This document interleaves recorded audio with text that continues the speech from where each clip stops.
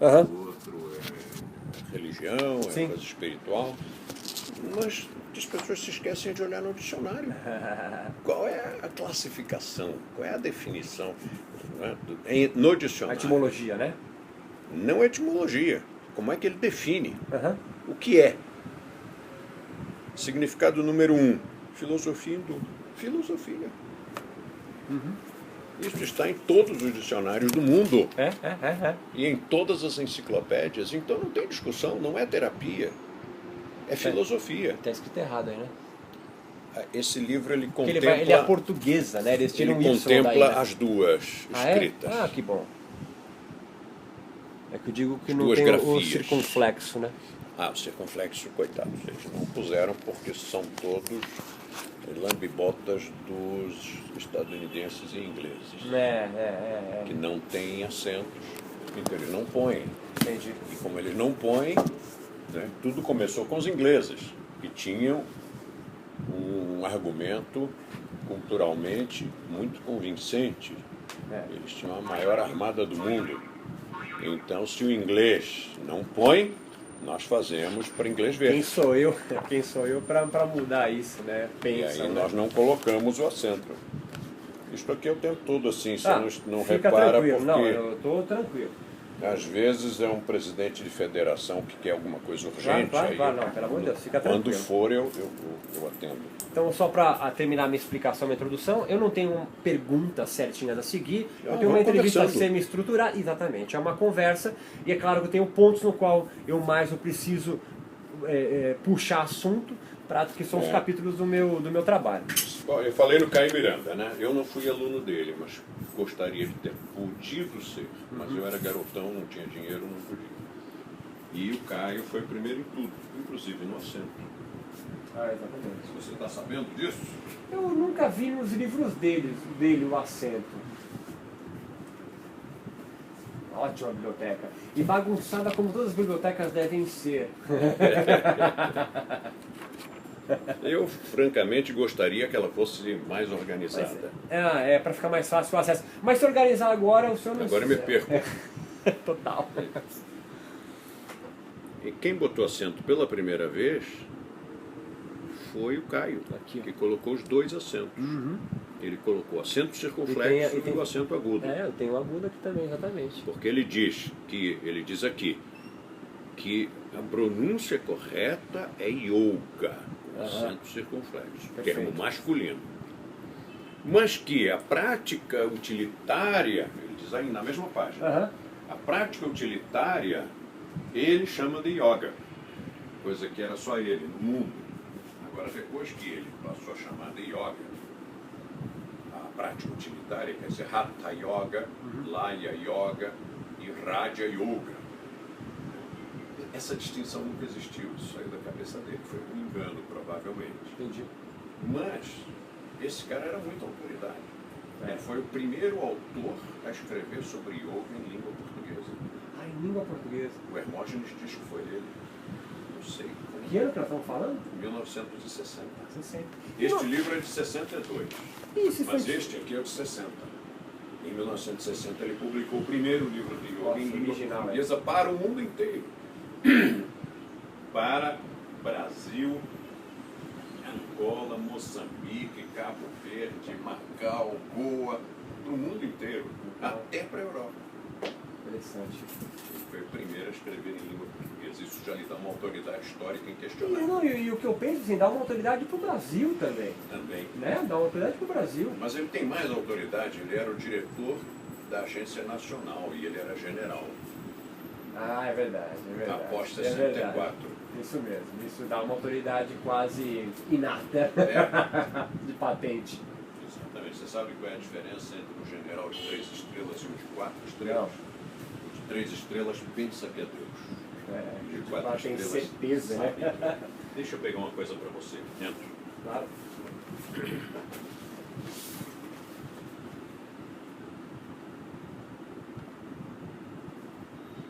Quanta produção o senhor tem de vídeos?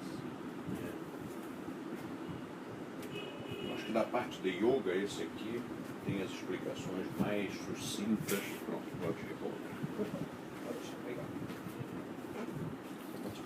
senhora. Precisa disso? Não, não, muito obrigado. Como está ventando, daqui a pouco. Vai voar, vai voar. Por aí. Na verdade, eu começo, eu chamo de professor, chamo de mestre, de Rose, Não, senhor. chama de De Rose. Então tá bom. De Rose, eu começo e com você vai ser, com o senhor vai ser o mais difícil. É você mesmo. Você não é mais legal que o senhor? Pensa bem. É que a gente nunca... Vossa mercê. É. Não é muito mais legal você? E eu sei que com você é muito mais complicado, mas eu costumo sempre pedindo um pequeno resumo da sua trajetória no yoga.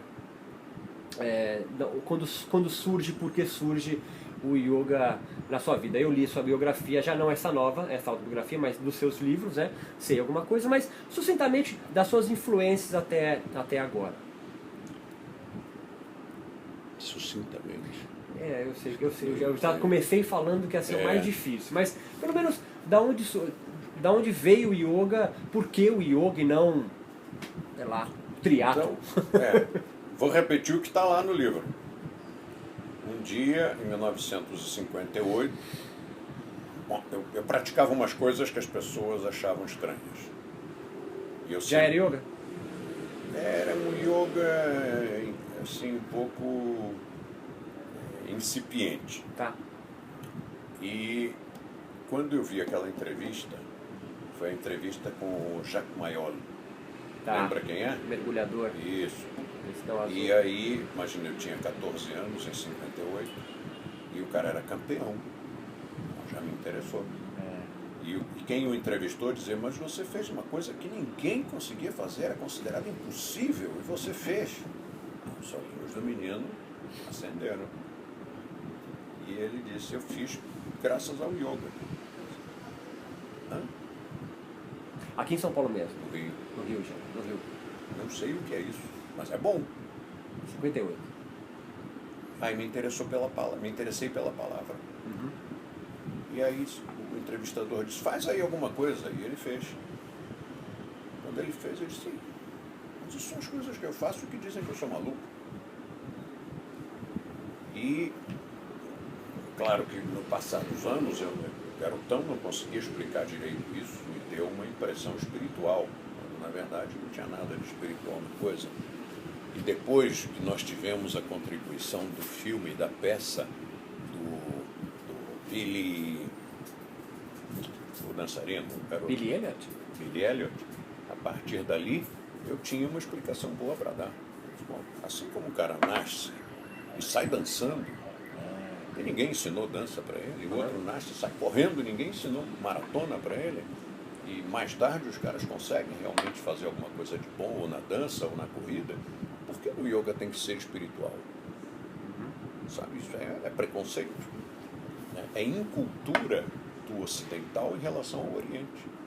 Porque nós vemos o Oriente como uma coisa que está muito longe. Então o que nós fazemos? Nós aprendemos que as paralelas se encontram no infinito. O infinito é a Índia, está muito longe. Então nós achamos que todas essas coisas, todas as religiões, todas as filosofias, Yoga Tahiti, Rosa Cruz e não sei o quê, tudo é a mesma coisa. E Zen não é a mesma coisa. São coisas completamente diferentes, elas são paralelas, elas não se tocam. Mas nós temos esse preconceito que nós nunca conseguimos entender a cultura da Índia. Não conseguimos, definitivamente não conseguimos. Ela tem valores muito diferentes. Então a pessoa vai à Índia, vê e não enxerga. Não consegue assimilar. O senhor continua ainda visitando a Índia, não? Estou indo mês que vem. Então, aí a partir daí você começou a praticar de forma autodidata? Aí eu procurei os livros, né? Eu disse, bom, se o que eu estou fazendo mais alguém já faz e tem nome, então eu vou procurar os livros que falam sobre isso. E aí comecei pelo Vivekananda. Foi um excelente princípio, porque eu podia começar por um besterol californiano qualquer, né? Mas comecei com Vivekananda. Foi excelente. Hoje eu já reputo o Vivekananda como extremamente primário. Não ensina nada. Mas para mim, que não sabia nada, e que precisava de subsídios, e precisava de documentação, precisava de um apoio bibliográfico, foi excelente. Ele tem um livro, né, O que é Religião, ainda produzido, né, ainda publicado, né, Vivekananda, que ele fala de yoga do começo ao fim também. E esse foi o grande problema. O yoga foi introduzido no Ocidente por ele. Nos Estados Unidos, onde? No Congresso das Religiões. E o primeiro parlamento mundial, né, de Chicago. Quer dizer, entrou pela porta errada. Mas se nós pensarmos, por onde ele entraria? Pela educação física. Pelo amor de Deus, não tem nada a ver. Bom, então vamos entrar pela terapia. Esse é o nosso terror. A terapia associada ao yoga é o terror. É filme de terror. Não tem nada a ver e ainda escancara as portas do charlatanismo, porque no momento em que o cara oferece a uma pessoa que está doente, está sentindo uma dor, que está deprimida, e ele acena com a possibilidade de cura, essa pessoa não quer saber se ele é formado, não quer saber se o que ele ensina é verdadeiro. Ela simplesmente paga qualquer coisa. Então, terapia é nosso terror. É o elo mais fraco. Bom, tá, então filosofia, né? Mas quem disse que os acadêmicos de 1800 e tanto dariam acesso a um hindu de turbante nas suas tribunas, nas suas cátedras? Não dariam. Então não teve jeito. Ele entrou por onde deixaram. Por onde deu, né? Por onde deu. E o hindu, em geral, é religioso. Para ele não viu inconveniente algum. Agora, para nós, hoje é um inconveniente gravíssimo. O yoga paga um preço por isso. Paga um preço por isso, porque hoje você vai falar de yoga e as pessoas têm posturas que eu considero completamente desequilibradas por causa da palavra. Porque se eu disser a mesma coisa e não disser a palavra mágica, as pessoas se comportam como pessoas normais. Mas se eu disser a palavra mágica, muda a fisionomia, é impressionante. Muda o rosto, muda o tom de voz. Elas começam a falar com uma voz de quem não está bem da cabeça. E começam a dizer coisas muito estranhas, que não tem nada a ver com yoga. Começam a falar de budismo, começam a falar de Dalai Lama. Mas, desculpe, mas eu estou falando de outra coisa. Então, especificamente hoje, o que vocês trabalham, o método de Rose, né? A filosofia hindu yoga? Não. Não.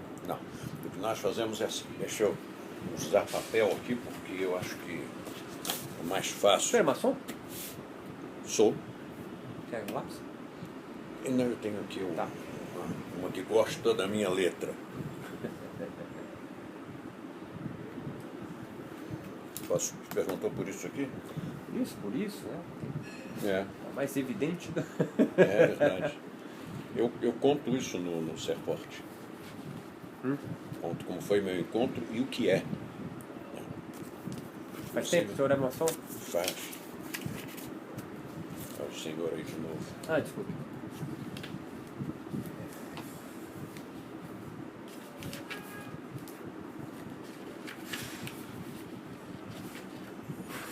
Isso aqui, inclusive,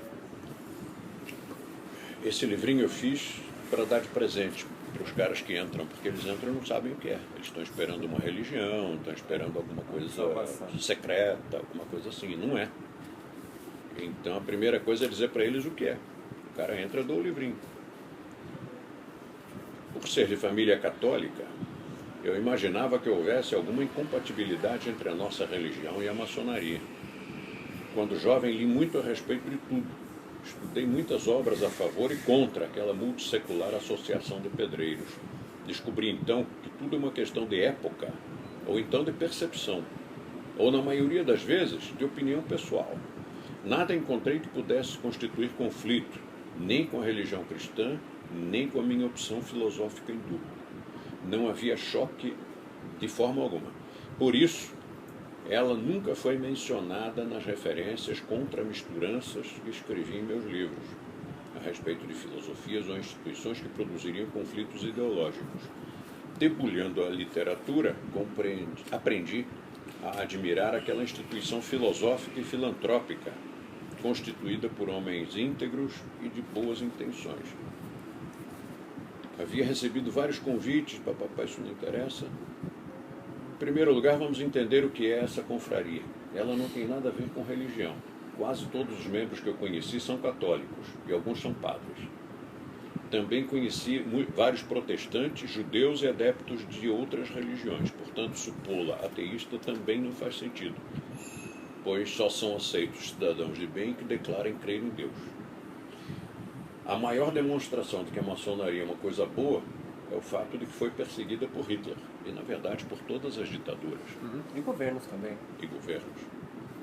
Mas governos geralmente... mais mão de ferro, né? Não é bom pensar, né? Não. O mistério que lhe é atribuído não passa de puro folclore. Os leigos acreditam ser uma sociedade secreta. Que tolice! Uma associação que está legalmente constituída, com endereço conhecido, que paga impostos, cujas reuniões são rigorosamente descritas em atas e estas registradas em cartório, jamais poderia ser considerada secreta. Mas então, como surgiu essa imagem hoje inexata? Vou lhe explicar de uma forma simples. Muitos séculos atrás, os pedreiros, de aprendizes a mestres pedreiros, reuniram-se em guildas. Essas guildas eram as precursoras dos sindicatos. Tratava-se de associações que agrupavam, em certos países da Europa, durante a Idade Média, indivíduos com interesses comuns e visava proporcionar assistência e proteção aos seus membros. Lembre-se de que não existia previdência social. O cara trabalhava em construção civil. Perdia um braço, esmagava um pé, Substituído. Tinha que ter alguma instituição ali que dissesse: bom, a gente sustenta a família de vocês.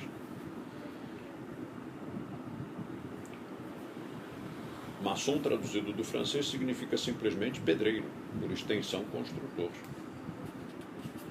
No passado, eles construíram castelos, fortalezas, muralhas, catedrais. Era necessário guardar seus segredos profissionais, porque se o inimigo conhecesse esses segredos, poderia derrubar as muralhas que eles haviam projetado e, com isso, invadir as cidades. Aí começou a história do segredo. Esse era o motivo do segredo. Hoje, porém, ele é apenas simbólico, uma reminiscência. Ninguém mais precisa esconder as técnicas de construção em pedra, até mesmo porque não se erguem mais muralhas defensivas e também não se constrói mais em pedra. Com o passar dos séculos, os nobres, senhores dos castelos, começaram a reivindicar a iniciação no sindicato, pois queriam conhecer os segredos daqueles que construíam suas fortalezas. Pouco a pouco, a maçonaria foi saindo das mãos dos construtores e passando às dos nobres. Atualmente no Brasil, há muitos militares e magistrados. É isso. Como vocês são apressados, nem me esperam. Nós vamos começando. Ritmo de rosa. Bom? Nós estamos falando sobre tudo aqui. Agora vamos falar sobre o método. Então, seu nome mesmo? Meu nome é Roberto. Roberto. Eu vi que você entrevistou bastante gente lá, né? Sim, sim. E o foco é aquilo que você falou de descaracterizar a religião, é isso? Na verdade, eu não tenho foco de descaracterizar ou caracterizar. O meu foco é traçar o cenário do yoga no Brasil. Pronto. O que é o yoga? E como ele Isso. está se desenvolvendo no Brasil? Oi. Olha, se você depois precisar de uma xerox, tem um livro de um cara que fez esse levantamento. Bem detalhado. Aqui no Brasil? É, Quem é? Qual é o nome dele? Roberto Gama. Roberto Gama. Huberto. Ah, mas eu busco pelo nome dele. Pode deixar. É que eu queria te mostrar, porque esse livro eu já andei procurando para indicar. Tá aí, né? Está aqui.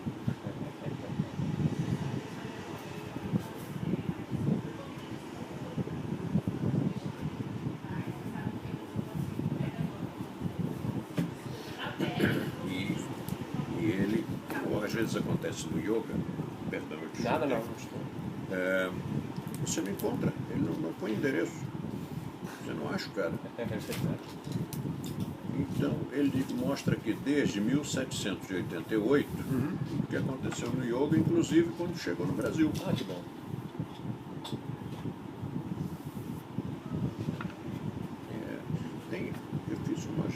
observações aqui, ó.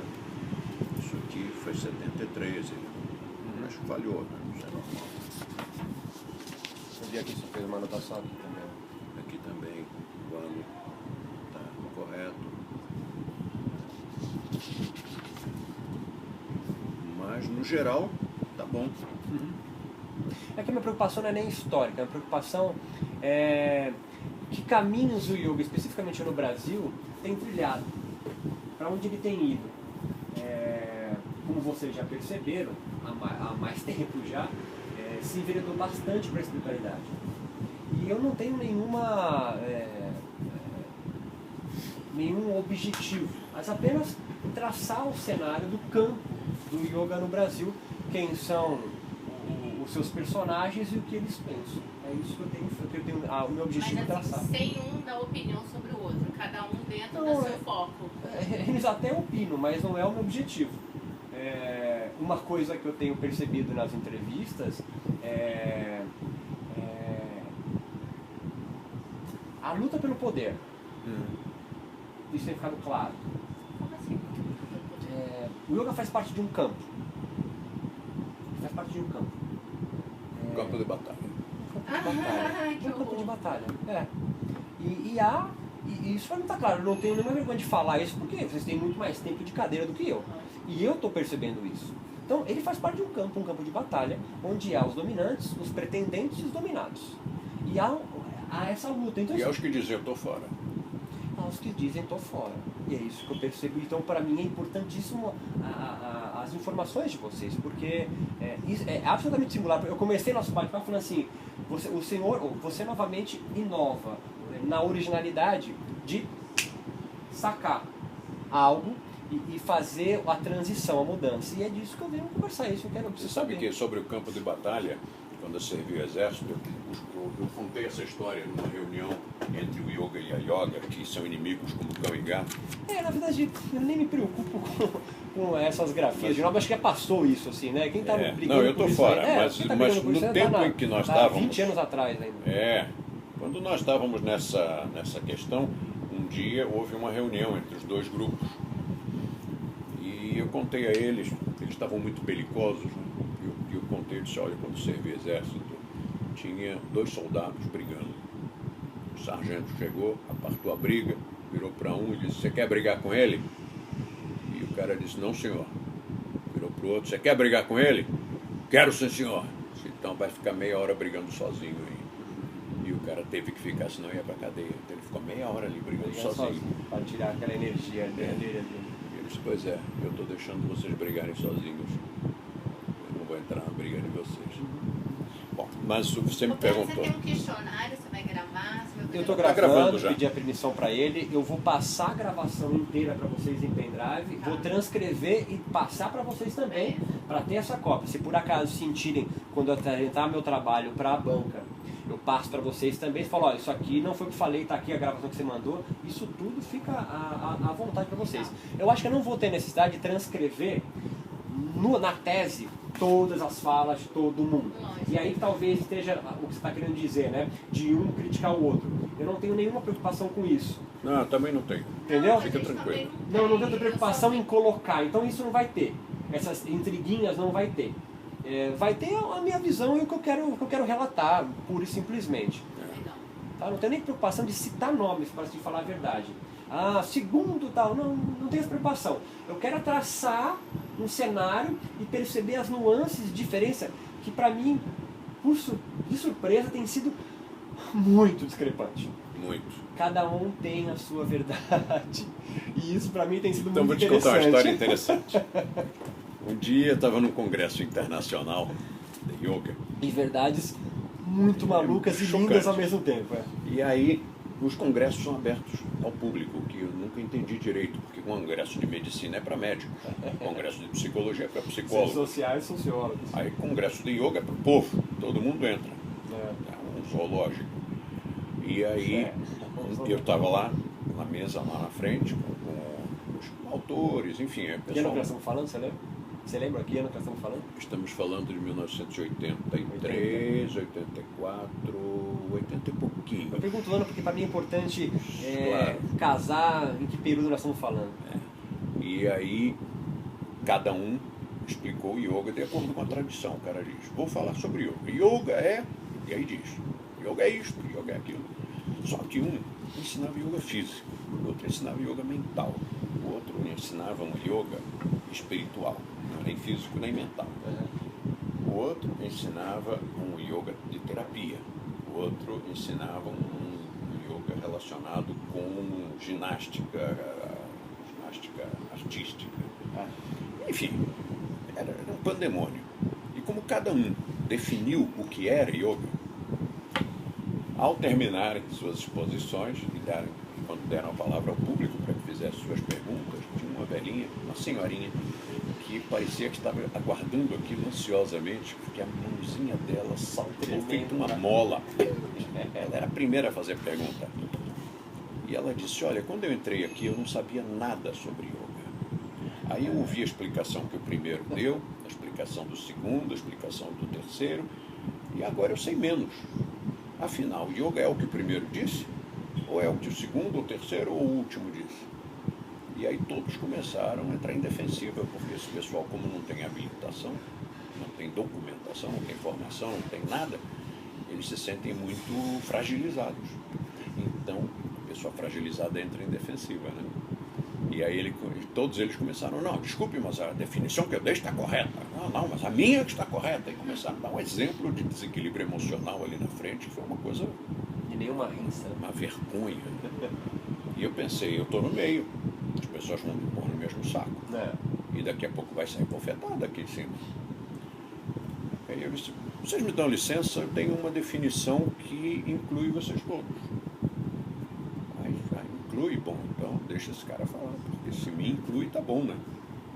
E aí eu disse para eles, yoga é qualquer metodologia, e fiz o gesto, né?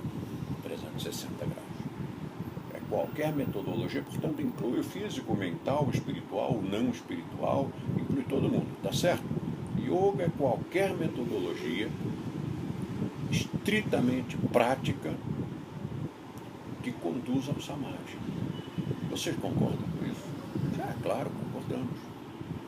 E aí fizeram ali uma moção para que essa fosse a definição oficial do Congresso e passou a ser para muitas escolas, tanto nossas quanto de outras modalidades.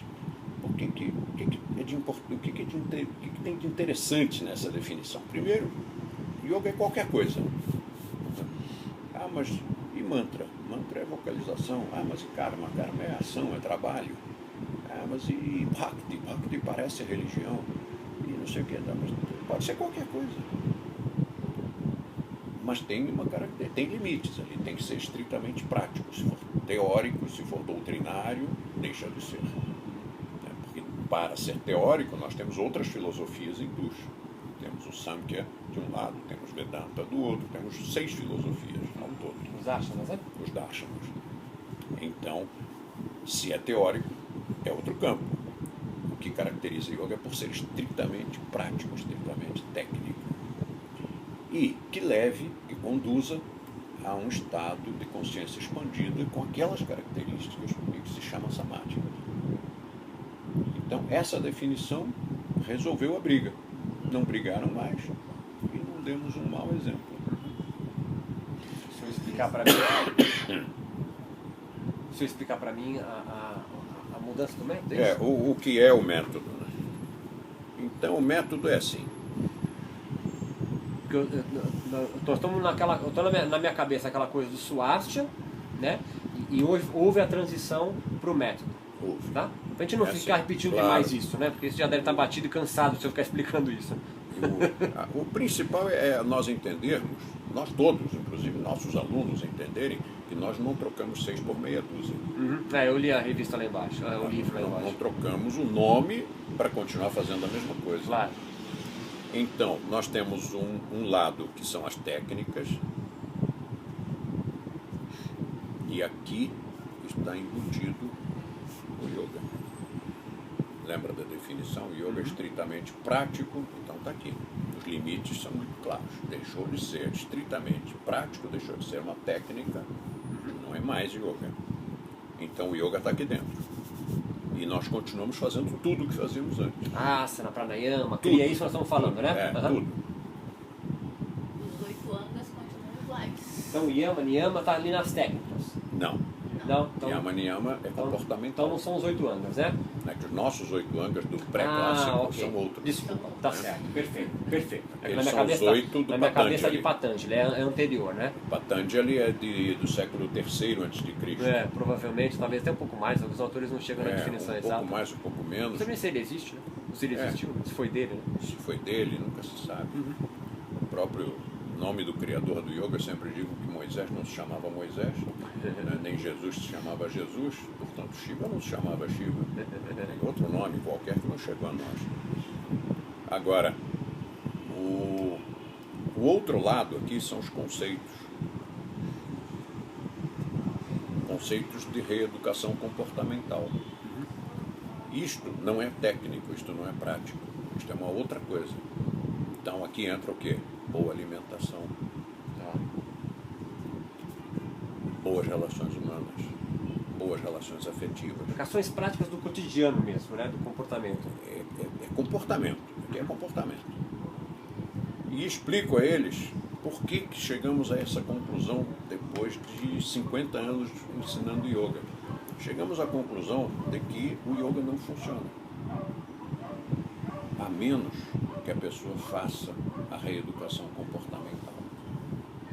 Porque se ele diz, não, mas eu faço yoga, para mim funciona, fiquei mais forte e tal, tá bom, mas isso não é yoga, desculpe, isso é uma consequência, um efeito colateral, é uma migalha, né? Porque esculpiu o seu corpo, isso não é o yoga. O yoga, a definição diz claramente que conduza ao samadhi.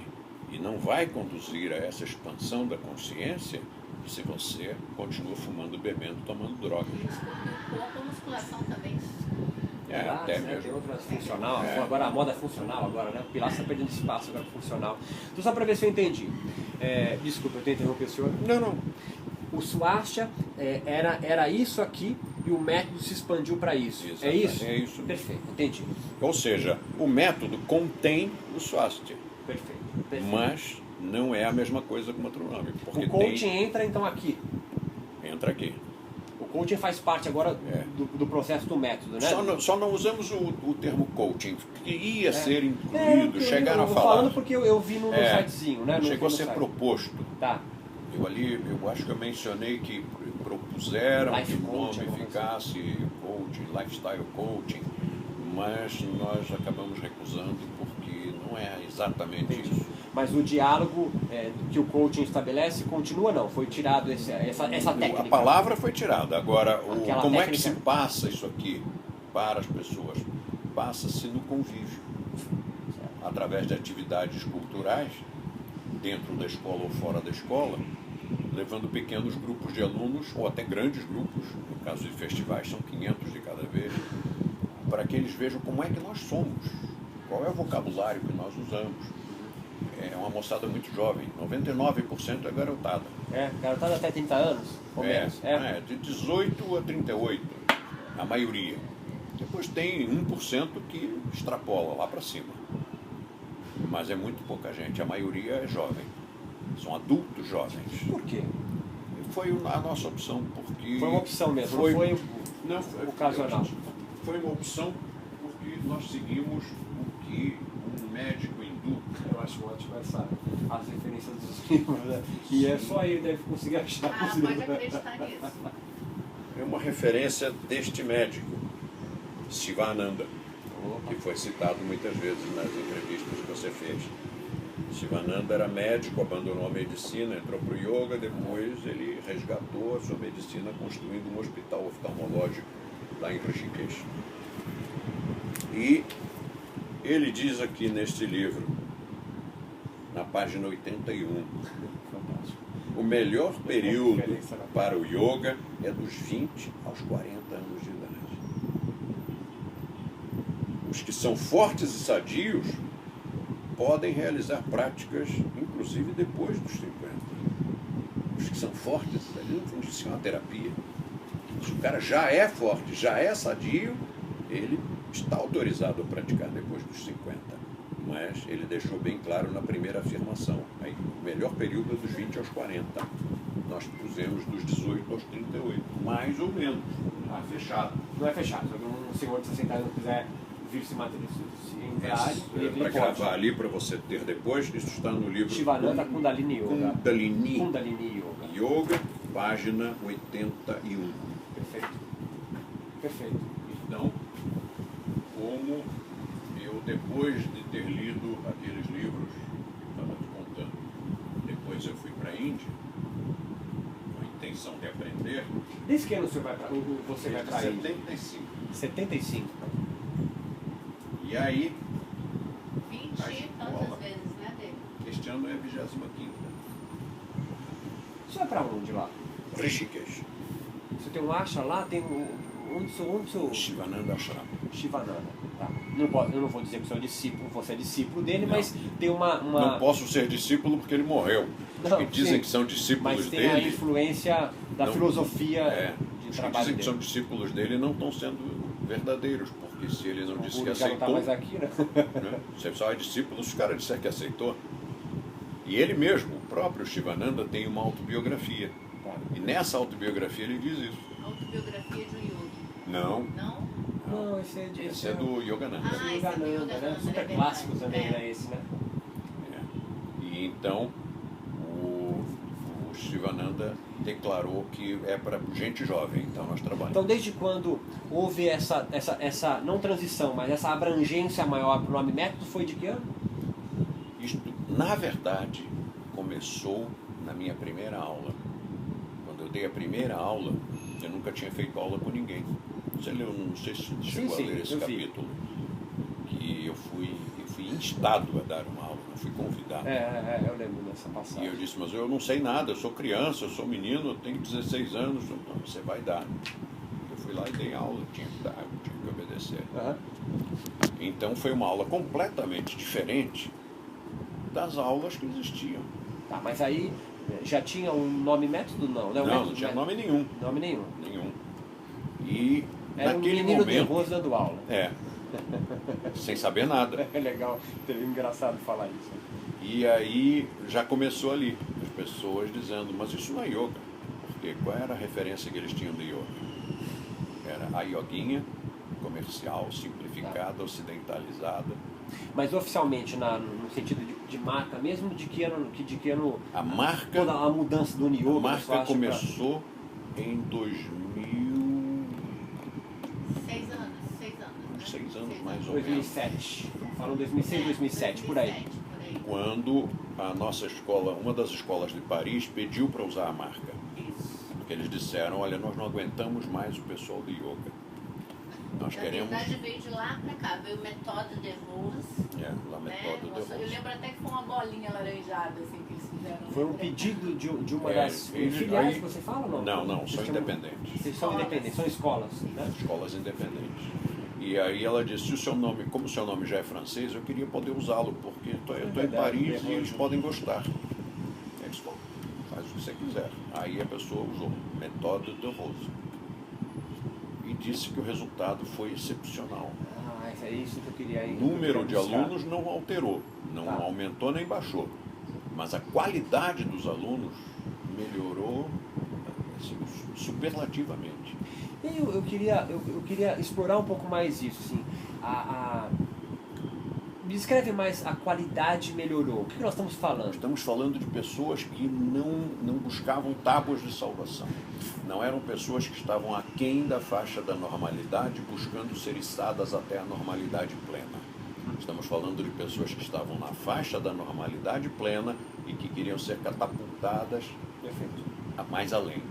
Pessoas mais cultas, pessoas mais educadas, pessoas mais equilibradas, porque como criou-se essa distorção no Ocidente de que yoga devesse ser uma terapia, coisa que não é, os psiquiatras passaram a mandar os alunos, os pacientes, passaram a mandar os pacientes praticar. Isto me obrigou a colocar uma advertência. Já está filmando cada passagem. Você tem o livro do Gaiarsa? Tem um grande amigo. Pena que ele já foi. Mas deixou o que tinha que deixar pra Deixou gente. muito legado. Porque quando acabou o último livro dele ali, que ele tava falando, ele ia dissertar, tava dissertando sobre justamente o nosso bate-papo, espiritualidade e religião, não sei se vocês sabem. Mas sabe que o melhor não era o que ele escrevia. O melhor era ele. Eu tive poucas oportunidades de conversar com ele ali no apartamentozinho dele na Vila Madalena e é fantástico, né? Fantástico. E aí eu passei a publicar esta advertência numa carta aberta aos Esse médicos. livro eu tenho. E os portadores de problemas psicológicos, psiquiátricos ou neurológicos não devem ser encaminhados à prática de yoga. Um yoga verdadeiro e forte poderia agravar seus Eu males. sempre achei isso muito prudente. Porque Porque não é consultório médico. não, e Jung entendeu? já tinha dito isso no livro dele, né? Que o yoga não era para ocidentais, tinha que tomar muito cuidado, enfim, ele já tinha nos alertado disso também. Tanto é uma coisa que a gente pauta muito para os alunos é que o que vem de bom é efeito colateral. Como assim? Não é benefício, entendeu? O que vem de bom, O que vem de bom da prática. O que vem de bom da prática, o foco, O ambiente, a concentração, filosofia de vida, a cultura. Isso é uma cultura. qualidade Né? de vida, né? Isso é um efeito colateral. Então, mas a filosofia do yoga continua. Sempre. E é a filosofia que já era ensinada do Swastika. A filosofia do yoga pré-clássico. Do yoga pré-clássico, que eu falei Swastika, mas eu tô na minha cabeça o pré-clássico, né? É a mesma filosofia, Mesmo. as técnicas de asanas, a evolução dos asanas, pranayamas, a meditação, isso continua. Tudo. O que foi agregado é uma... Exatamente, eu usou o verbo que eu uso. Eu digo, não, nada foi retirado, mas muito foi agregado. Você acha que o yoga conduz o seu praticante, o yoga, não é o yoga, só o yoga, a um certo egoísmo, Há um individualismo. um individualismo, de forma boa ou prejudicial? Depende do ponto de vista. A prática, se você vai fazer uma musculação, beneficia a quantas pessoas? A musculação? É. Acho que também. Na hora que o cara está fazendo, Só quantas ele. pessoas da família dele, ou dos amigos dele, ou da sociedade vão ter os bíceps com mais massa? Só ele. Só ele, né? Só ele. Qualquer coisa é assim. Mas no yoga sempre surge essa questão.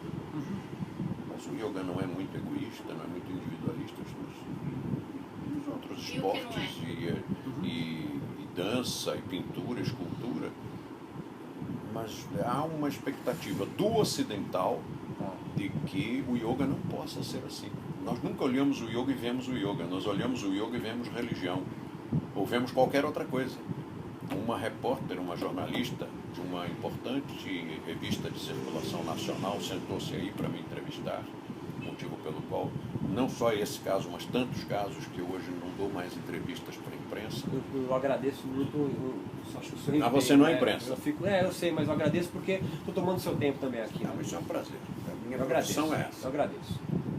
E a menina, conversando aí comigo, olhou e disse, estava aqui com isso funcionando, e ela olhou e disse, mas o senhor usa computador? Eu disse, lógico que eu Manda uso. sinal de fumaça. Eu entendo. Mas como assim um mestre de yoga usa computador?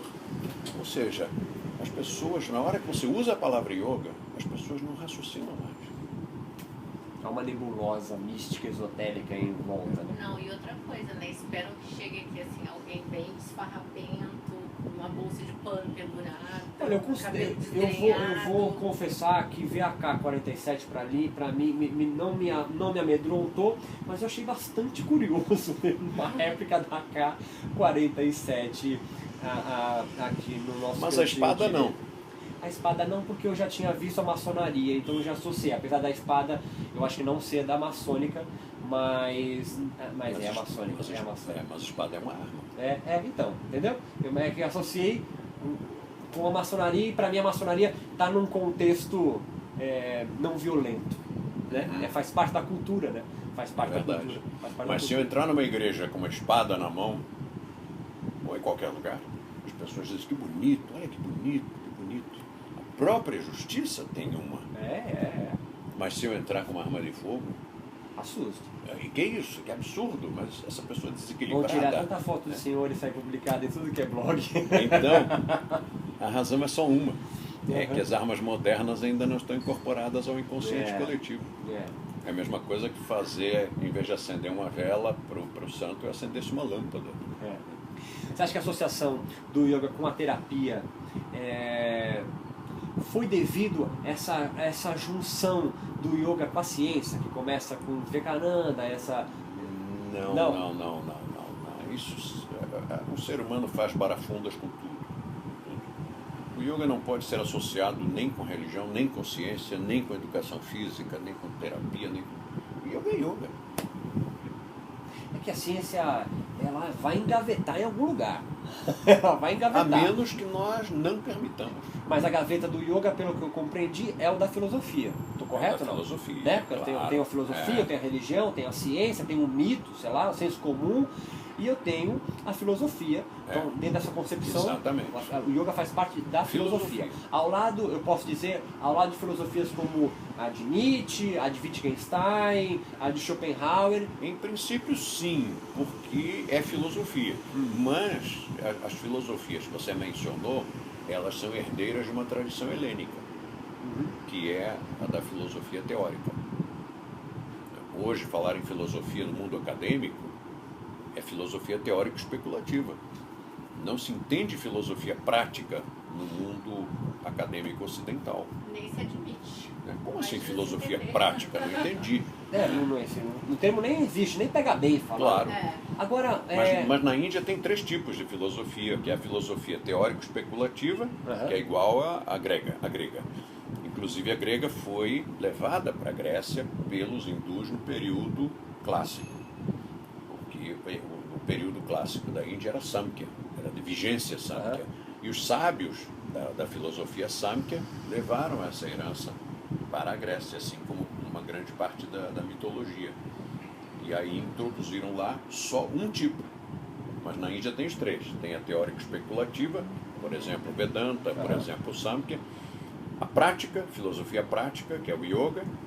E as filosofias comportamentais, das quais o Tantra é um grande exemplo. Ou sistemas, porque o Brahmacharya não chega a ser uma filosofia, mas é um sistema comportamental. eu vou cutucar de propósito, tá?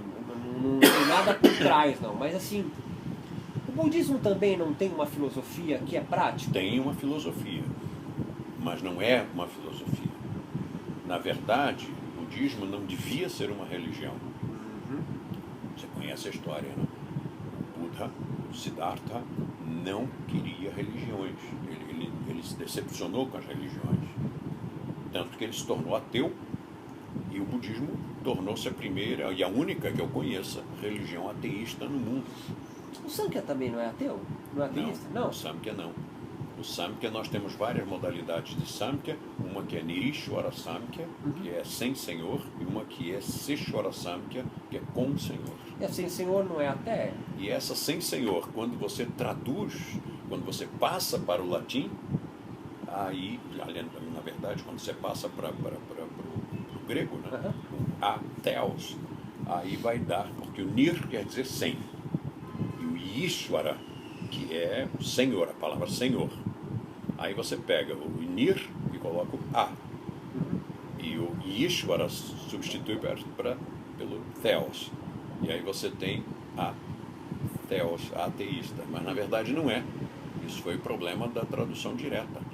Porque o que eles sempre demonstraram e sempre declararam foi assim: esse assunto de deuses e de teologia, não é conosco. Nós não entendemos nada disso. Nós somos de filosofia. Nós não somos monges, nem sacerdotes, nem teólogos. Portanto, não temos nada a ver com o Senhor, com essa coisa. Então, o Yoga Sutra de Patanjali, É Seshvara. que tem Ishvara, o Ishvara, é um engano. Não, é uma outra banda, é o clássico. Então, esse eu posso considerar como uma espiritualidade? Porque Pode. tem, como no último Yama lá, tem entrega da sua Espiritualidade, vida. sim. Religião, não. São coisas distintas. No Swastika, eu vou perguntar a diferença, mas no Swastika, então, não tem Ishvara. Tem o conceito, mas não tem a relação que poderia se associar com uma religião. E nem uma espiritualidade. Não gostamos dessa palavra. Tá. Não, eu estou perguntando sem nada por trás, estou só construindo Vamos ver na minha por cabeça, que não tá? gostamos da palavra espiritual. Se você perguntar a 100 pessoas, pedir a 100 pessoas que definam o que é espiritual, cada uma vai definir de uma maneira diferente. Ou seja, ninguém sabe. Se ninguém sabe, como é que nós vamos usar uma palavra? Essas pessoas são as leigas, Quaisquer. mesmo acadêmicos. Quaisquer. Porque os acadêmicos, cada um vai ter a sua convicção. Né? Lógico. Tá. Sua cultura, sua formação, sua bagagem cultural. Aqui eu fiz esta minha tradução do Yoga Sutra. Porque as traduções do Yoga Sutra que se encontram, todos esses são Yoga Sutras. Tirando aqui o Código Civil, todos esses são Yoga Sutras. Então, o que você encontra? Autores, quase todos contemporâneos, que tiveram sua formação a partir do Yoga Vedanta, que é medieval, portanto, ele surgiu 4.000 anos depois da origem. Você fala com qualquer um do Yoga, quanto tempo tem o Yoga? O Yoga tem 5.000 anos. Se o Yoga tem 5.000 anos, Patanjali não é o mais antigo. Patanjali surgiu 3.000 anos depois do surgimento do Yoga. Então já é uma vertente, já é uma outra interpretação. Sim. E assim sendo, mas é o clássico. É o clássico. O autor, os autores que fizeram aquelas traduções são do século XIX e século XX. Todos eles com suas lentes culturais voltadas para o yoga medieval, que é Vedanta. Ora, o Vedanta é linha espiritualista. O Samkhya é linha naturalista. Pode ter uma espiritualidade embutida, mas não é uma linha espiritualista. Mesmo com o Ishvara ali no último Niyama, entrega da sua vida a Ishvara. Não é linha espiritualista. Toda a formação, consultando qualquer pandit, qualquer estudioso, Patanjali é de linha o quê? Linha Samkhya. Seshwara Samkhya. Samkhya com o Senhor. Mas é Samkhya. E se é Samkhya, é naturalista. Então, como é que eu vou pegar um texto clássico, de raízes naturalistas, de raízes Samkhyas? A base é toda, a estrutura é toda Samkhya. A estrutura do pensamento é toda Samkhya. E dar para traduzir a um escritor, autor, tradutor, que pode até conhecer sânscrito muito bem, mas que é de linha oposta. Aqui o senhor comentou também. Comentei. É a mesma coisa que você dar um texto de Santo Agostinho para Karl Marx traduzir. O que vai sair? Vai sair algo bem bacana. É interessantíssimo vai sair. Mas não será o original. Não será o que Santo Agostinho quis dizer. Nunca. Será o que o Karl Marx achou que ele queria dizer. Influenciado pelo sistema, pela sociedade. Então, por exemplo, quando eles aqui traduzem Purusha como espírito, mas então é espiritual.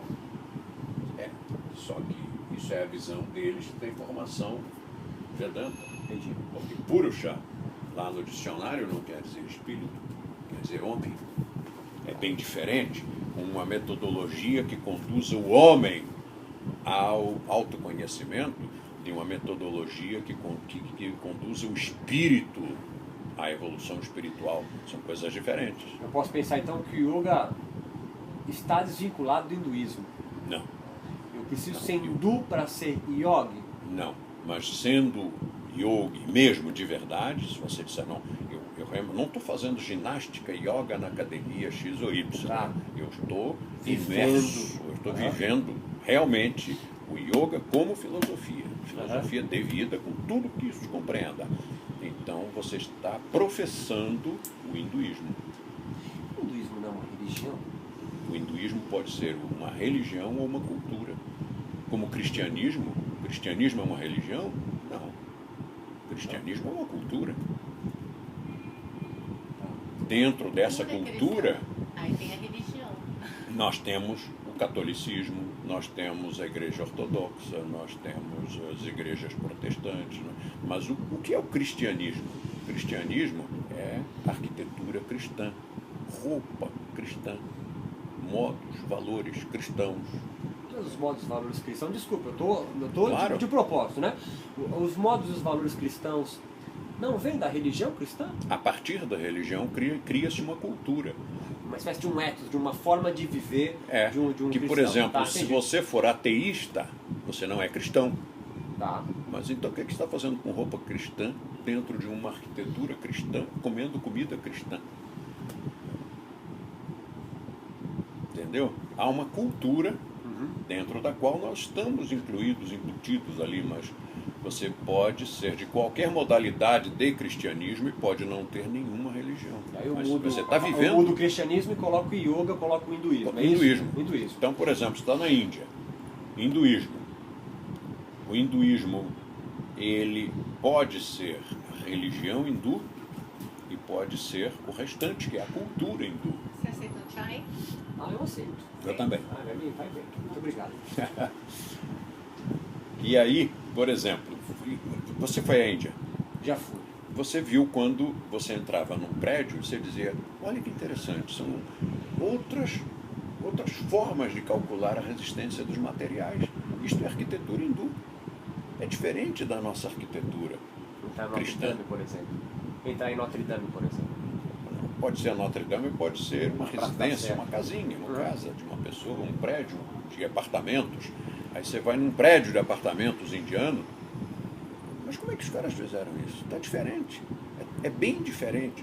A arquitetura é diferente. O banheiro é diferente. A cozinha é diferente. Então nós estamos numa arquitetura hindu. Aí você olha um hindu na rua e ele está com roupa hindu. Não, mas ele está de calça e camisa. Presta atenção que é calça e camisa hindu.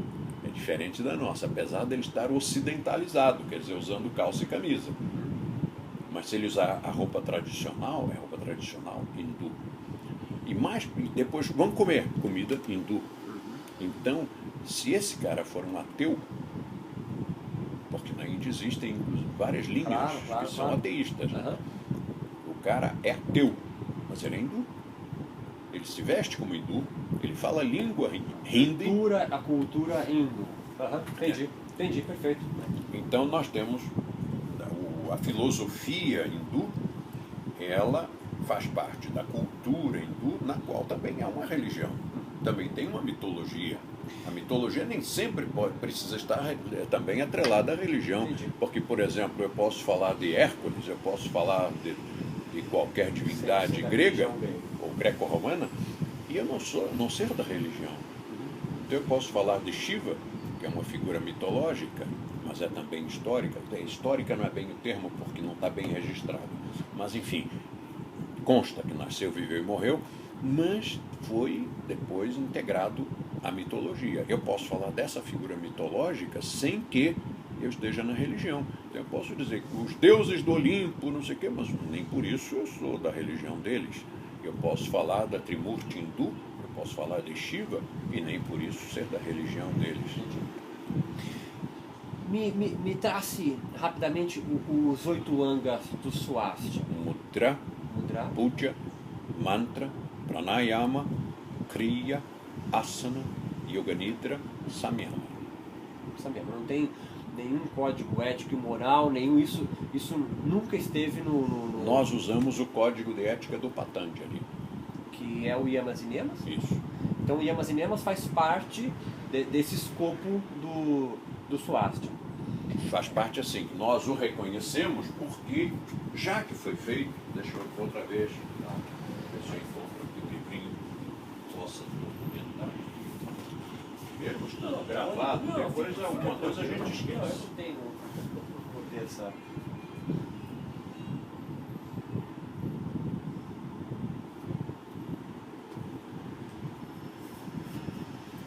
Então, mas, isso é a análise dos yamas e niyamas. Mas para um integrante do método de Rose, dentro de técnicas, os yamas e niyamas é algo importante. Não exatamente nas técnicas, porque yama e niyama pertence ao outro, ele veio para cá, conceitos. veio para cá para os conceitos. Mas ele faz parte, ele foi integrado, vamos dizer assim. Não foi excluído. Né? Ele foi integrado. Agora temos mais uma outra coisa. Quando se fala de yoga, nós seguimos yama niyama. Mas quando falamos globalmente no método, nosso código de ética é baseado no juramento do método, que é mais abrangente. Tá. Ele é mais exigente do que este aqui. Tá. Não foi excluído, né? Não foi excluído. Entendi. O nosso cuidado é não excluir nada. Nada que seja antigo. Perfeito. Se tem alguma coisa que veio da Califórnia, isso aí nós excluímos tranquilamente. Falar isso, muito engraçado. O yoga é a paliação voluntária das modificações mentais? O segundo Sutra de Patanjali? Não. Define yoga. É a definição que você escreveu ali. Yoga é qualquer metodologia estritamente prática que conduz ao samadhi. Agora, essa pergunta que você fez, nós temos aqui 20 traduções diferentes dessa frase. Eu tô procurando a sua. A minha está ali. Essa aqui. Não, é isso que me interessa. É isso que me interessa. Qualquer método que conduz ao samadhi. Mas acredito que você também queira saber como é que eu traduzo a frase. Você abriu o baú. Eu tirei até minha bolsa. Para facilitar o baú por isso. A Simoninha está trazendo.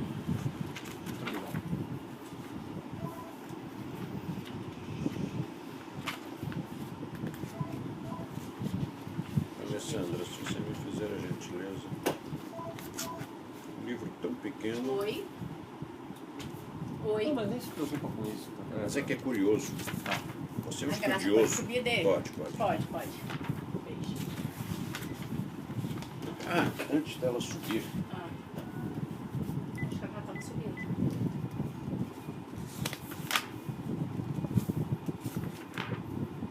Aqui. Como você é um estudioso, isso aqui é muito divertido. A mesma frase, com 4 palavras. Eu já fiz essas brincadeiras também aqui, no bom sentido. Eduardo, agarra a graça. Então vai atrás. Fala com ela. Um beijo. Já falou? Então tá bom. Beijo, tchau. Isso é muito divertido, que são 4 palavras só. E as pessoas ficam dando esses nós em mas pingo d'água. elas, de uma certa forma, giram em torno de uma ideia, de uma raiz, de uma coluna vertebral, né?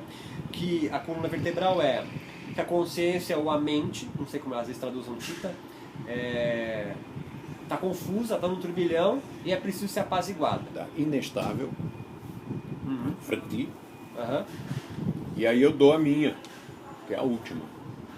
É a supressão da instabilidade da consciência. Isso, que é a minha tradução da frase do Patanjali, Claro, mas não segundo seria a sutra. minha definição de yoga. Perfeito.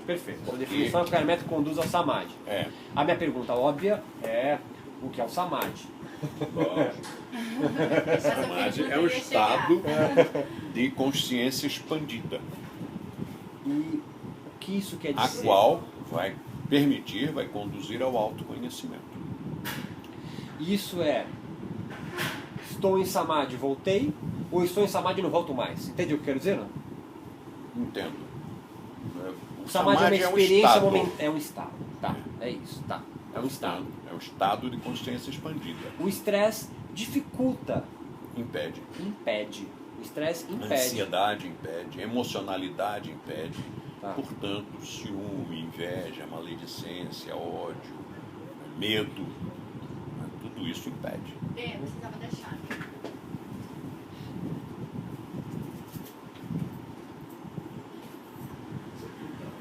E isso também foi um dos motivos da extensão do método. Isso o quê? A necessidade da vivência de todas as coisas boas no dia a dia. Boa qualidade de vida, bom relacionamento. O yoga somente não traz isso, né? É isso que eu estou colhendo dessa ideia, né? Vocês estão debatendo? Não, eu falei pra Não ele, pode sair que a gente tá tava conversando. falando que o samadhi, você pode mantê-lo de várias formas, não é isso? Você pode entrar nesse estado Isso, você pode entrar nesse estado, isso. por diversas formas diferentes, não é isso? Não, você estava falando Você falou assim, agora. qualquer método conduz ao samadhi. Samadhi é uma expansão da consciência. E eu perguntei se o estresse dificulta. Você falou que o estresse, ansiedade, maledicências, enfim. E eu falei que uma das características do método expandir exatamente para impedir estresse, para controlar isso, para ter uma qualidade de vida melhor, bom Aí eu perguntei relacionamento. pra ela, só o yoga Não faz isso. Lembra que eu falei que o yoga não funciona? Se Isso não sempre tiver... foi... Desculpa. Minha querida, muito obrigado. Muito Tem obrigado. hoje, viu, sim? Tá? Muito obrigado. Sempre foi. Obrigado. E foi isso que me criou problemas, porque eu dizia...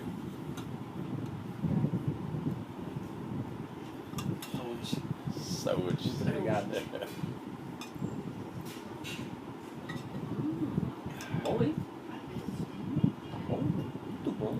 Você sabe que nós vencemos a resistência de um marido graças a isto. Ainda bem você com as histórias. É. São maravilhosas. Nós, em Buenos Aires, tínhamos uma aluna hindu. E o marido levava e trazia. E ficava sentado na recepção de cara feia. Até que um dia, o instrutor já tinha tentado conversar com ele de todos os meios e não conseguia. E aí ele perguntou, o senhor aceita um chai? Ele disse, vocês têm chai? Indiano mesmo. Indiano. Disse, temos. Quero ver. Aí deu o chai, o cara provou.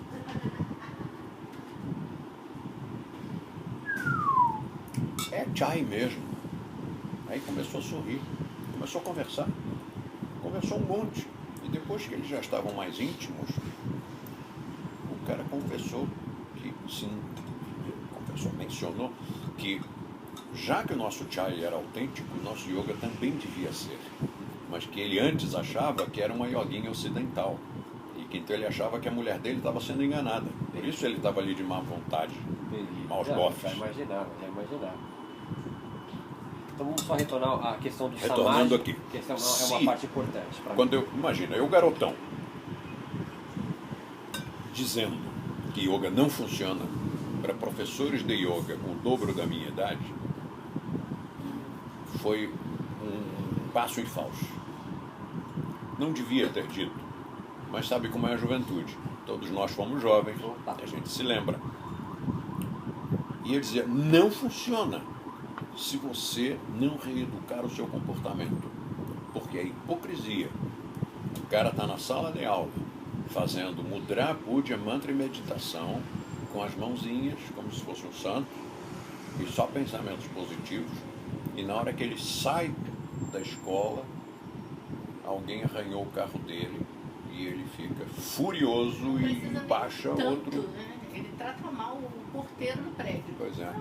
Trata mal o porteiro do prédio, trata mal a mulher dele, briga no trânsito. Então, se para que o samadhi ocorra, é indispensável que a Kundalini tenha despertado, então essa Kundalini, essa energia tem que passar por canais específicos, que são os nadis. Esses canais têm que estar desobstruídos. Eles são obstruídos pelo fumo, pelo álcool, pelas carnes, pelas drogas, por coisas que você ingere, são as toxinas ingeridas. Mas nós produzimos endotoxinas, produzidas pelo ódio, pelo medo, pelo ciúme, pela inveja, enfim, todas essas emoções. Pela ira até, né? São as emoções viscosas, emoções pesadas que deixam detritos e resíduos, que entopem, que esclerosam esses canais. Você não vê que as pessoas falam assim, não fica assim, isso dá câncer. Então, se o estresse é algo que impede, né? Acho que o termo que você verbo impede o estresse. Eu diria atravanca. Tá? Não, eu entendi o conceito. Eventualmente não vai impedir, eventualmente. De uma certa forma, então, em algum momento, então, a prática de yoga produz um relaxamento. Não. Não. Relaxamento, a visão do yoga como relaxamento é uma visão ocidental, utilitária, que eu nem sei de onde tiraram. Porque a visão clássica e pré-clássica do yoga não é de relaxamento.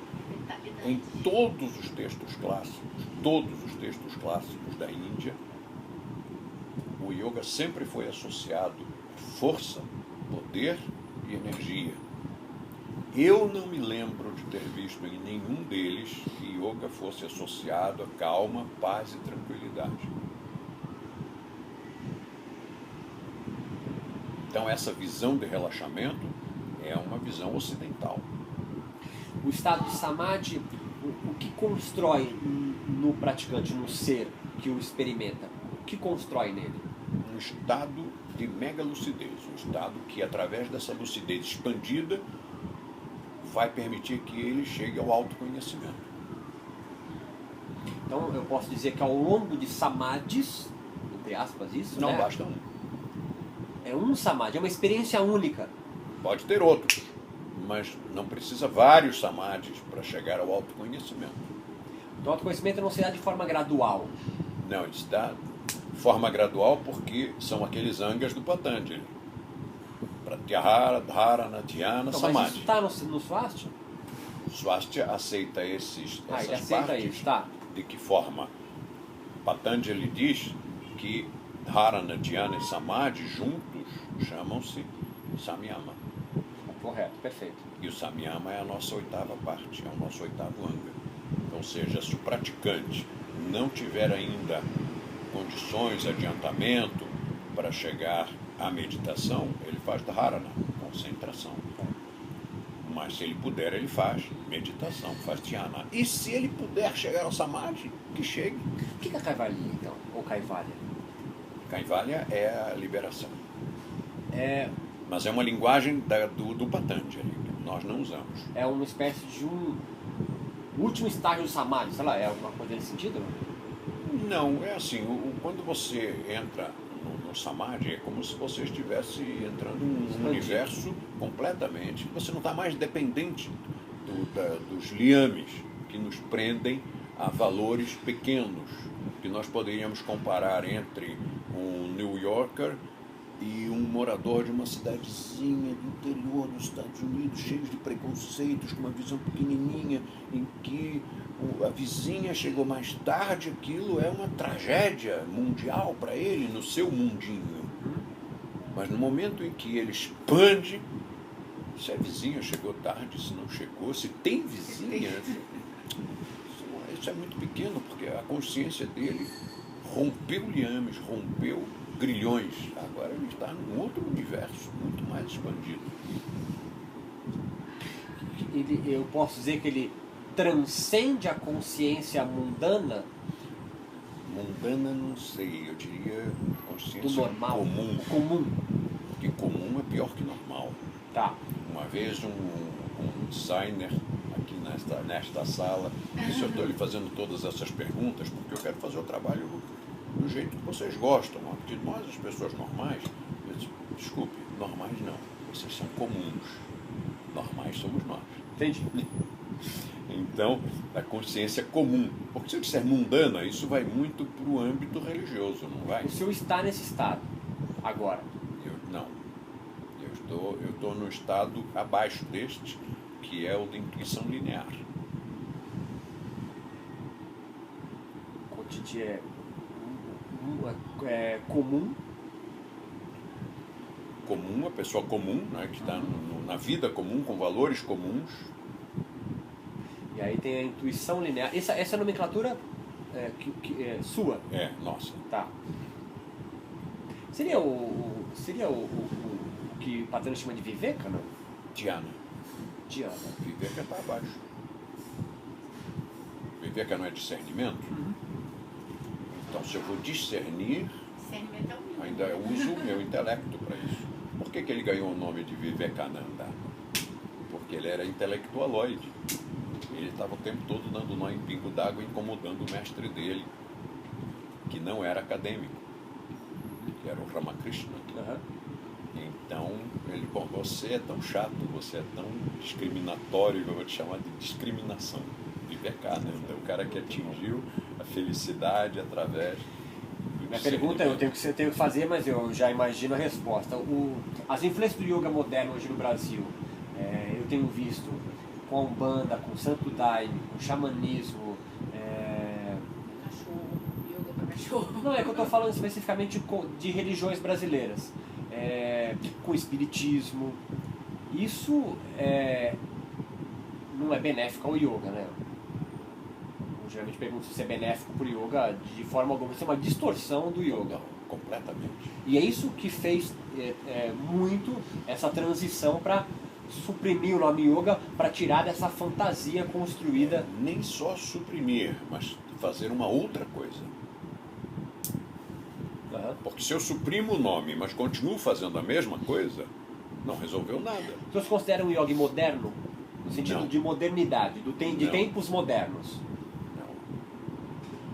Não. Primeiro porque eu não me considero um yogi. Você não se considera um yogi?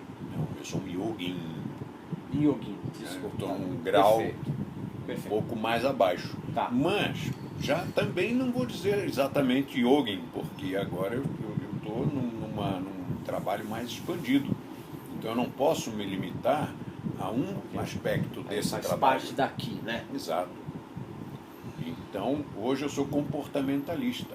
Comportamentalista.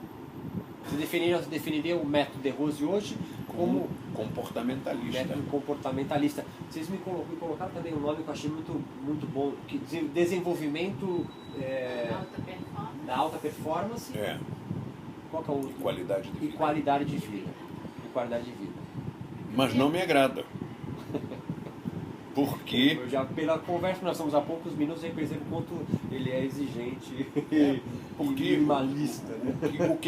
o que eu queria é que as pessoas olhassem para o método, assim como eu insisti durante 50 anos que olhassem para o yoga, sem querer benefícios, sem visar nada. Quantas vezes em entrevistas na imprensa eu tive esse problema da pessoa dizer, mas para que serve o yoga? Quais são os benefícios? Nenhum. Como assim benefício? Por que benefício? De onde saiu isso? Não, mas tem que ter benefício. O yoga não tem utilidade. Mas por que tem que ter benefício? Se eu disser que eu vou estudar filosofia socrática, você vai me perguntar quais são os benefícios? Não é ter mais cultura, mas... Não é um benefício. Benefício na acepção do termo, quer dizer, o que eu ganho com isso? Eu vou ficar mais curado, eu vou resolver minha celulite, eu vou tirar minha depressão. Não tem benefícios, não tem benefícios. Como a dança. Há uma definição de dança que eu achei genial. Mas, desculpe. Que diz que a dança é um conjunto de movimentos cujos objetivos são eles mesmos. Eu achei genial isso. Perfeito para nós. Mas quando a gente tenta buscar o autoconhecimento, que eu acho que é a busca, né? Não é um benefício. Se for ver como benefício, entrou pela porta dos fundos. Né? Tem que ver como um upgrade, não como um benefício. Eu não sou um pobre coitado buscando um benefício. Né? Eu sou uma pessoa que foi se dedicar a uma coisa a mais.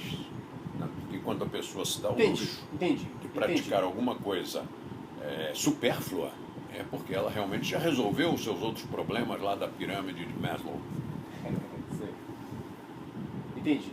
A Abraham Maslow é uma referência nesse sentido? É uma referência. Tá. Mas ele coloca espiritualidade, não coloca? Não me lembro se ele escreve espiritualidade. Eu sei que ele coloca lá campo no do sagrado, alguma coisa assim, ele faz uma referência. Mas que a espiritualidade, acho que para Maslow está muito mais ligada a sentido de vida. O que dá sentido para a sua vida. Eu acho que a espiritualidade está muito mais dele. E quando dizem assim, você é uma pessoa muito espiritualizada. Não, aí é de espiritual, de espírito, né? Mas eu entendo que a confusão das palavras... Uma baita de uma confusão. Mas é o senso comum. Você sabe porque há definições de espiritualidade. Os Estados Unidos adoram essas coisas de tabular no Excel, né? E pesquisas com bilhões de pessoas, né? Nos Estados Unidos há uma rejeição ao termo religião, porque se associam a instituições religiosas. E há uma simpatia à palavra espiritualidade, justamente porque nos Estados Unidos essa relação com algo que dá sentido para a sua vida. Pode ser uma religião ou pode ser ganhar $1 milhão na bolsa de valores. É bem espiritual. No sentido de espírito, né? De ser. Eles têm esse. Mas no esse momento conceito. em que a bebida alcoólica é chamada de spirit, então realmente não sabemos o que é espiritual. Agora, em 1966, uma aluna chegou para mim e disse: ai, De Rose, eu estou com problemas espirituais em casa. Aí eu disse: mas você é médium? Ela disse: não. Sou mais nem menos. Mas quais são os problemas espirituais que você tem? Ela disse: é que meu marido bebe, chega em casa, bate na família toda.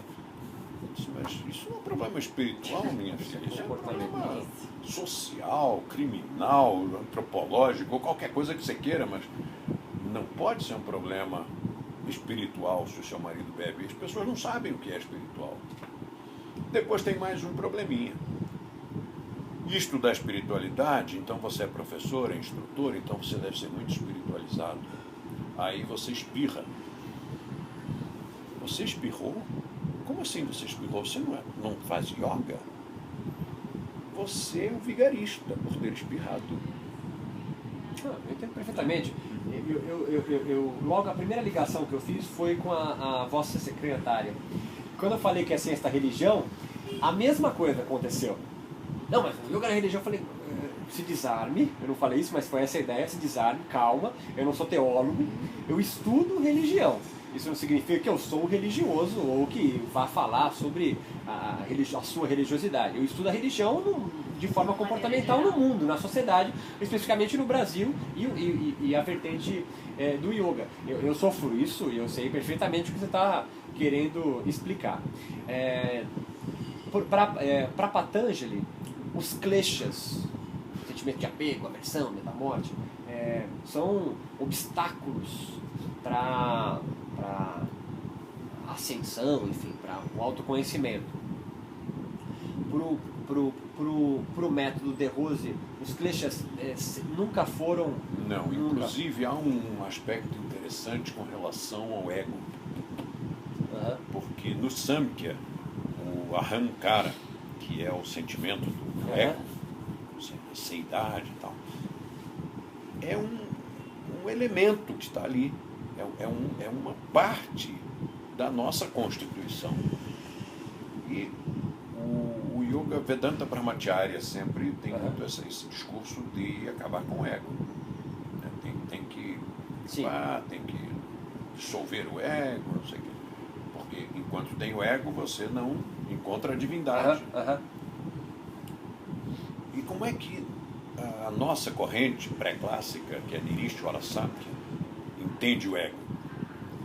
Então eu escrevi um texto explicando isso, porque as pessoas estavam pedindo. E eu relacionei o ego a uma montaria, quer dizer, é um veículo.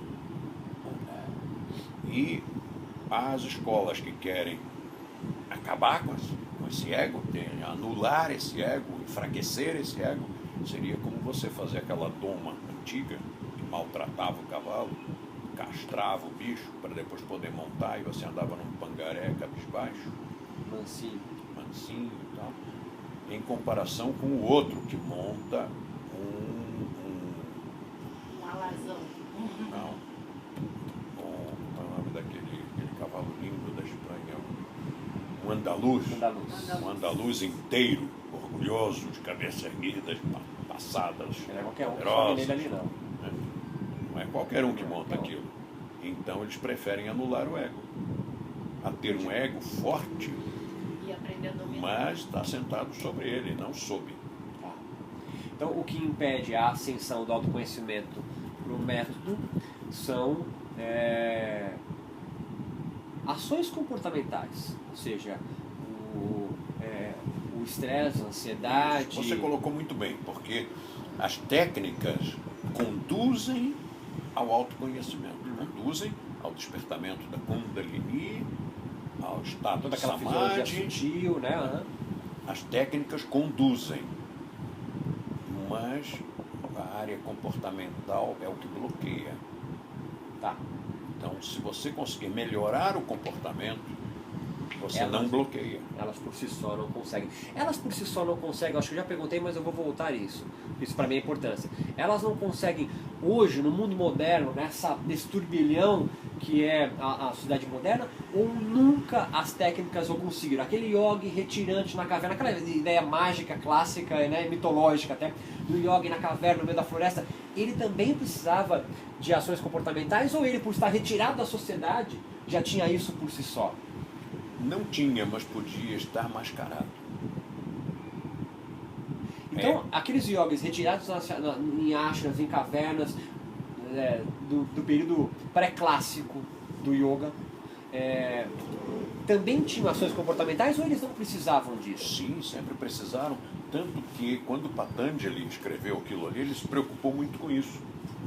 Que a natureza humana precisava primeiro ser educada na área ética, na área comportamental, para depois... É os yamas e niyamas, não é? É. Exatamente. Então sempre esteve lá. Sempre. Eu me lembro que quando eu era menino, uma vez eu estava lendo uma reportagem sobre a Índia na revista Manchete e vi uma declaração que me deixou de cabelos em pé. Eu fiquei indignado, achei que era mentira. Que um sadhu na Índia matou outro sadhu para se apropriar da caverna dele.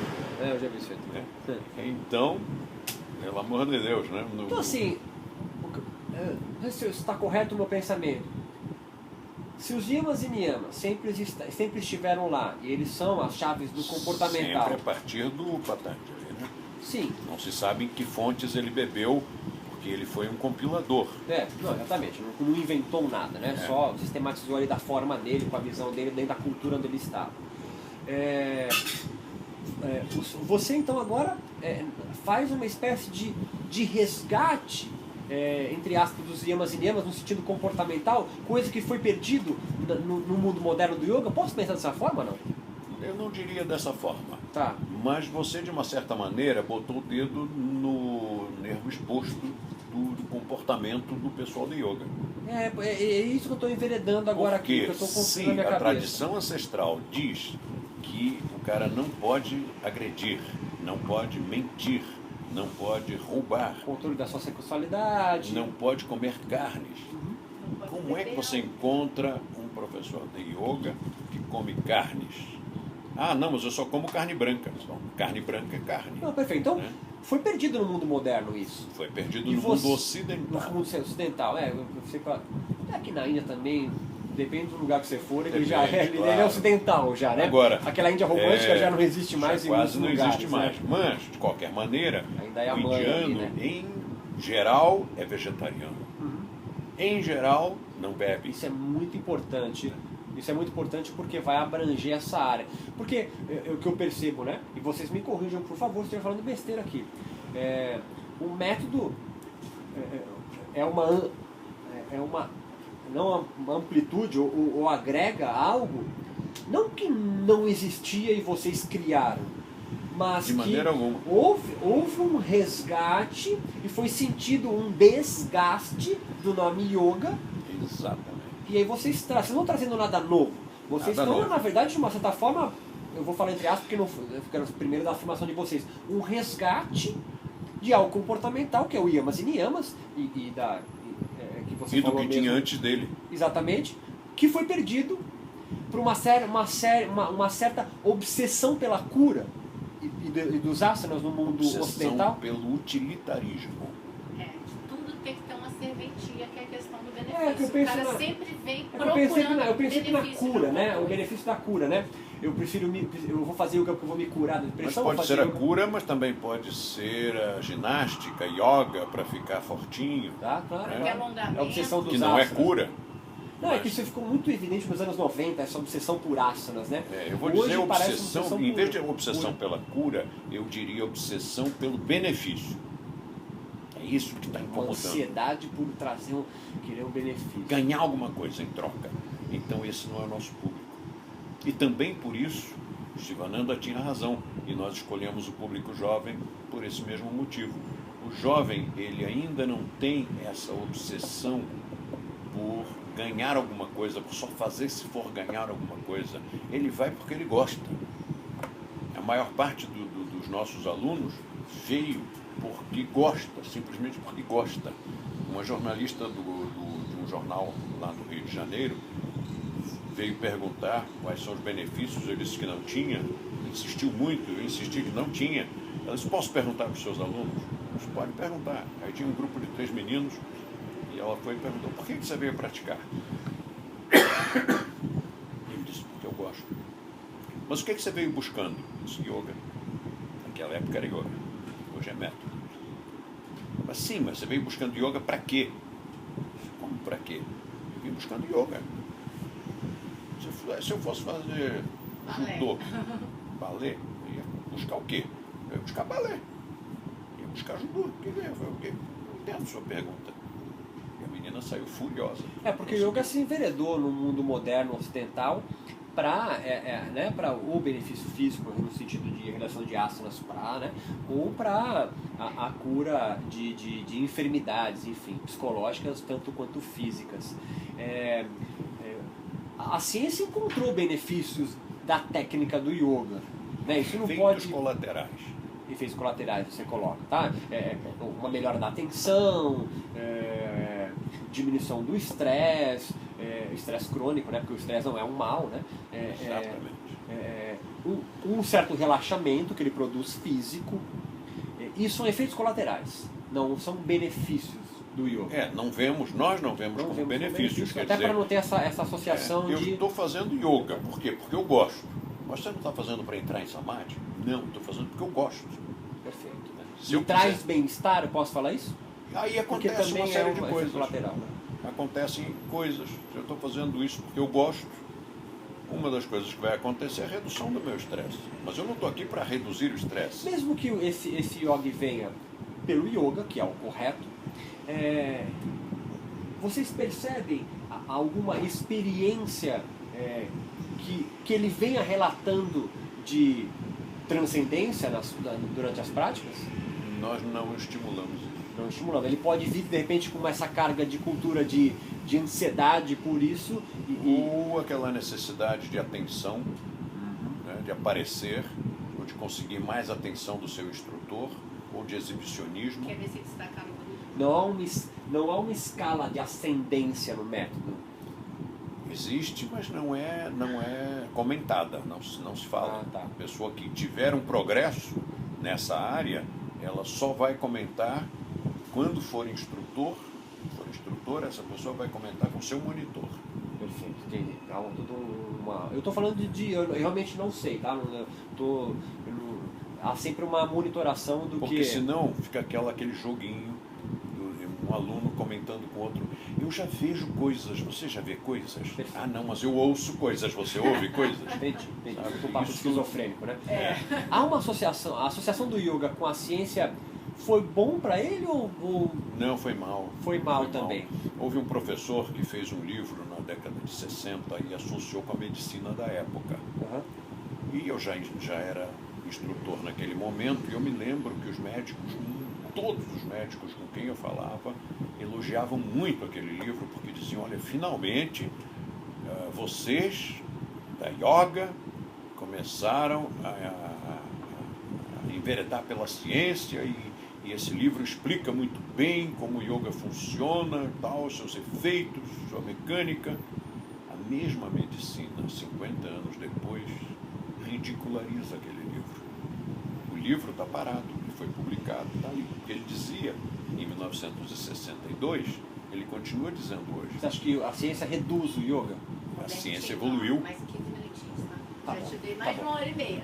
Desculpa, é que eu estou sem relógio A ciência mesmo, evoluiu. Eu vou finalizar aqui, E aquela explicação da época não serve mais. Tá. Né? E diminui, sim. Diminui, né? Diminui, restringe. Restringe. O que é o puja? Puja. Puja. Desculpa meu erro na... Puja é uma ação de boas maneiras que existe na Índia. E que você, dependendo do contexto, você pode traduzi-la de formas diferentes.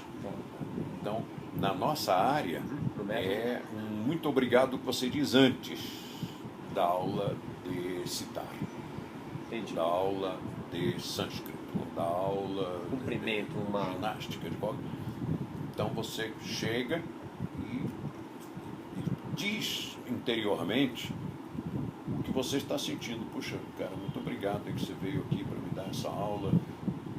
Vai ser uma aula incrível. Eu estou te enviando aqui a minha gratidão, minha energia para que você tenha uma aula bem legal, tenha muita saúde, viva muitos anos, possa aprender mais para me ensinar mais. Qual asana você acha mais importante? Acredita em Deus? Acho que sim, devido à nossa maçonaria. Em espíritos? Não é uma coisa que você acredite, né? Você acredita em OVNIs, não é uma coisa em que você acredite. ou existe ou não existe. Agora, Existe? O enunciado está fora da nossa linhagem, porque você está pondo o enunciado como acredita. O Samkhya Sente espíritos. o Samkhya ou sabe ou não sabe. Ele Você não acredita. sabe Acreditar sobre é espíritos. verbo do Vedanta. Aham. E o saber é o verbo do Samkhya. Poder é o verbo do Yoga. Sentir é o verbo do Tantra. E o dominar é o verbo do Brahmacharya. Que faz Você já uma teve alguma parafusa experiência com espíritos? toda. Então, vamos voltar à primeira pergunta Claro. do você acredita em Deus? Claro. Porque eu respondi pela sua conclusão ali. Mas você ouviu falar num abade católico chamado Alphonse Louis Constant? Sim. Ele um dia foi instado diante de um tribunal eclesiástico a se explicar, porque ele escreveu livros sobre assuntos que eram apócrifos. E a primeira pergunta foi: abade, o senhor crê em Deus? E o escriba já ia botando lá, sim, todo mundo respondia sim. E ele disse: não!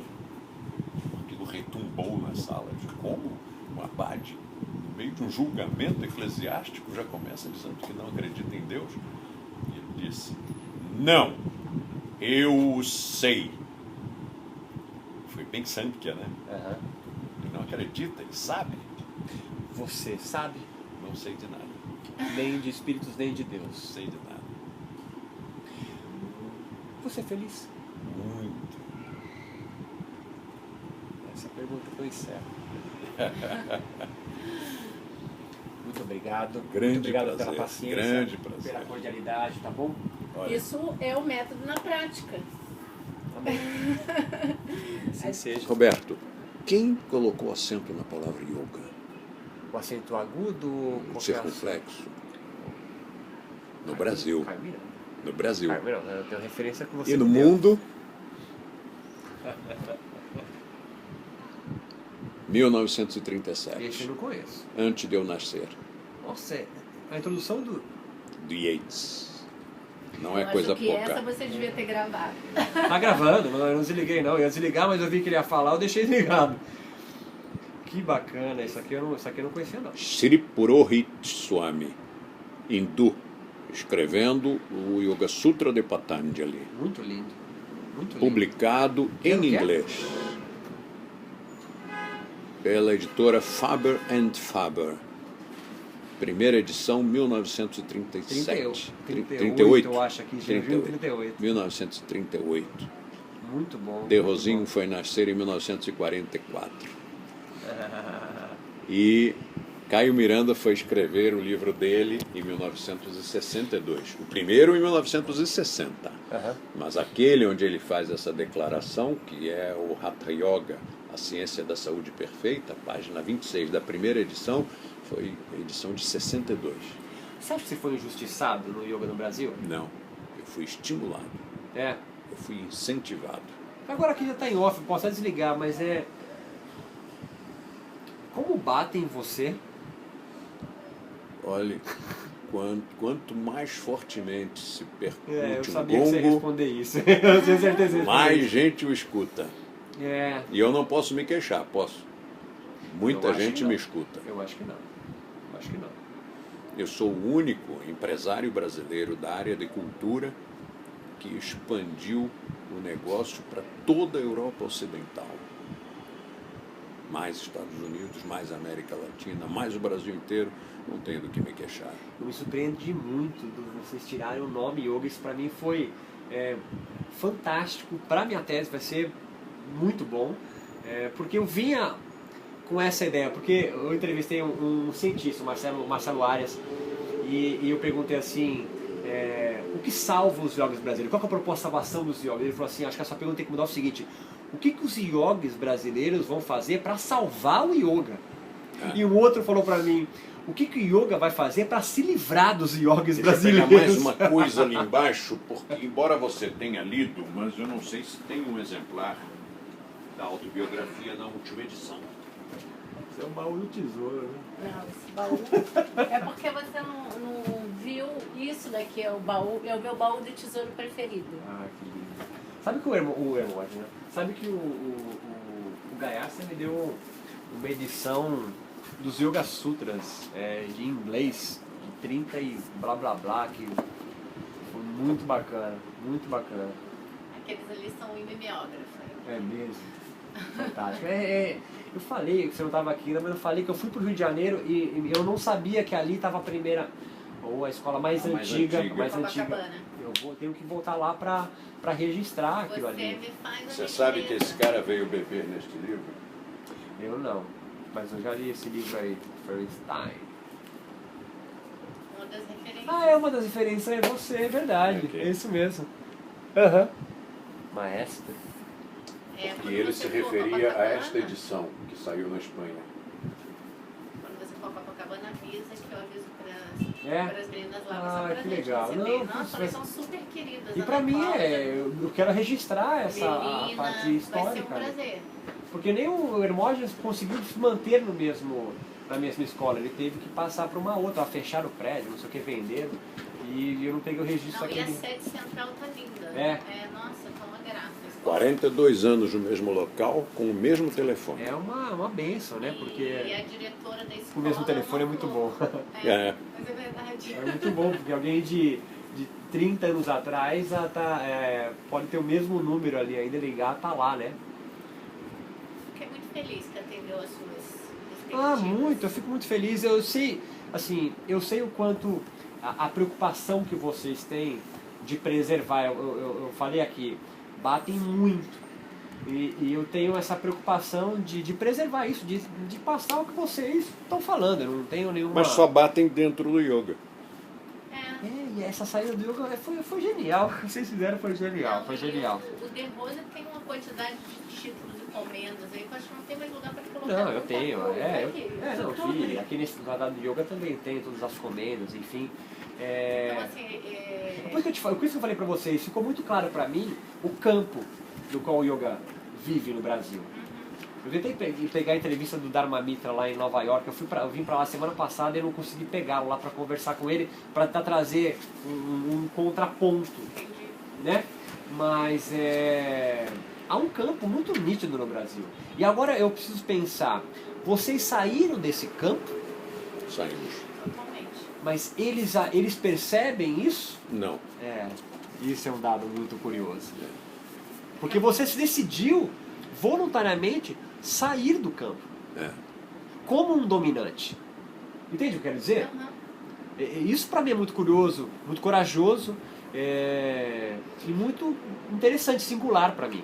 É mais ou menos como assim. Resolve sair do campo. É como um É como um ator. pós-doutor. Não, eu colocaria de forma mais humilde. Um ator que está num momento glorioso da sua carreira. E aí ele se retira. Não, ele resolve cantar. Ele encerrou a carreira no ápice. Não vai Você ter uma encerrou a decadência. carreira, entende? O Pelé parou de jogar, ele continua jogando. Não, Mas em outro campo. Mas o Pelé também não encerrou a carreira, ele continua atuando, só que em outro campo. Ele continua sendo o Pelé, todas as referências do Pelé, continua dando consultoria de futebol. Mas é que vocês não dão mais consultoria de yoga. Não, Entende? de jeito nenhum. Não é mais futebol. Vocês tiveram a coragem de sair do campo. Isso pra mim é muito curioso, É uma né? mudança. É como você citou o exemplo de um ator, tá no ápice, o Tony Ramos, e sai e vai começar a ser cantor, por exemplo. E parar de atuar, né? Isso Você é um cantor muito bom. porque você não sai com o mesmo status. Esse status não, esse capital que é simbólico adquirido no yoga não é transferido para o mundo no qual vocês estão. Mas e vocês não sei se continuaram. o De Rose te contou, De Rose, como as pessoas falavam para você nos anos 60? De Rose não é yoga, De Rose é outra coisa. É o método do De Rose. Esse do formou um cacófato, né? E aí caiu o do, aí começaram a chamar método De Rose, mas nós não usávamos. Entendi. As pessoas Eles que usavam. falavam, você vai praticar onde? Não na escola de mas o De Rose não é yoga, o De Rose é outra coisa. O que me surpreende é assim, que de uma certa forma, o que utilizavam de forma pejorativa, vocês tiveram a coragem de utilizar de forma benéfica. Você entende o que eu estou falando? Né? Utilizavam de forma pejorativa, não faz yoga, ele faz um método que é dele. Eu entendia como pejorativo. É. Até que um dia, uma aluna nossa de Portugal, que era casada com um editor de Londres, ele era inglês, ela era portuguesa, ela disse, querido, você não gostaria de publicar um livro de yoga? E ele disse, not at all. E ela, você não sabe aquele jeitão, aquela páfia britânica, e ela disse, desculpe, não queria ofender, é que eu estou praticando lá no The Rose. Ele disse, The Rose eu publico.